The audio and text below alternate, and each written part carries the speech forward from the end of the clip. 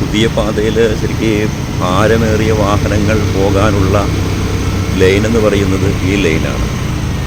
Central സ്പീഡിൽ പോകേണ്ട വാഹനങ്ങളാണ്, അതിവേഗം കടന്നു പോകേണ്ട വാഹനങ്ങളാണ് സെൻട്രലിലെ ലൈനിൽ കൂടെ പോകേണ്ടത്. പക്ഷേ ആ ലോറി പോകണുണ്ടോ നിങ്ങൾ?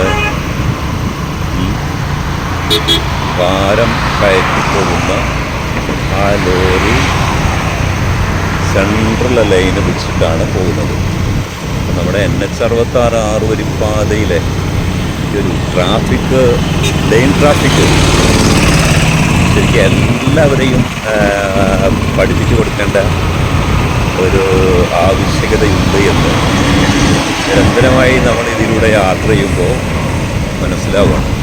3 കിലോമീറ്റർ അപ്പുറത്തുനിന്ന് കണ്ടതാണ്. ഇപ്പോഴും അത് ട്രാക്ക് മാറിയിട്ടില്ല. ആ ഒരു സ്പീഡിൽ ആ ട്രാക്ക് തന്നെയാണ് ആ ലോറി കടന്നു പോകുന്നത്.